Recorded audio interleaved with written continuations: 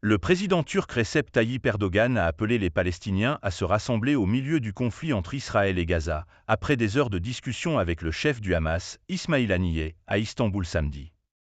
Erdogan n'a pas pu se positionner en tant que médiateur dans le conflit de Gaza qui a secoué la région, avec le territoire palestinien dirigé par le Hamas se préparant à une nouvelle offensive israélienne.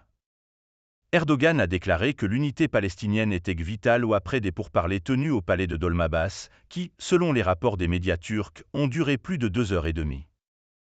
La réponse la plus forte à Israël et le chemin vers la victoire réside dans l'unité et l'intégrité, a déclaré Erdogan.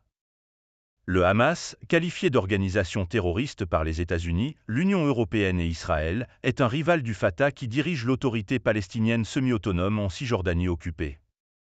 Alors que la crainte d'une guerre régionale plus large augmente, Erdogan a déclaré que les récents événements entre l'Iran et Israël ne devraient pas permettre à Israël de gagner du terrain et qu'il est important d'agir pour maintenir l'attention sur Gaza.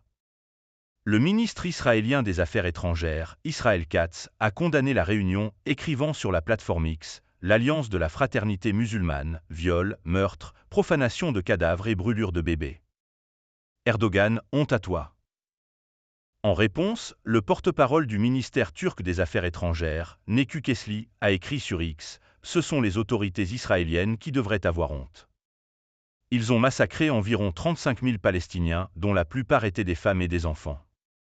Avec le Qatar qui a déclaré qu'il réévaluerait son rôle en tant que médiateur entre le Hamas et Israël, Erdogan a envoyé mercredi à Doha le ministre des Affaires étrangères Hakan Fidan, indiquant ainsi qu'il cherche un rôle.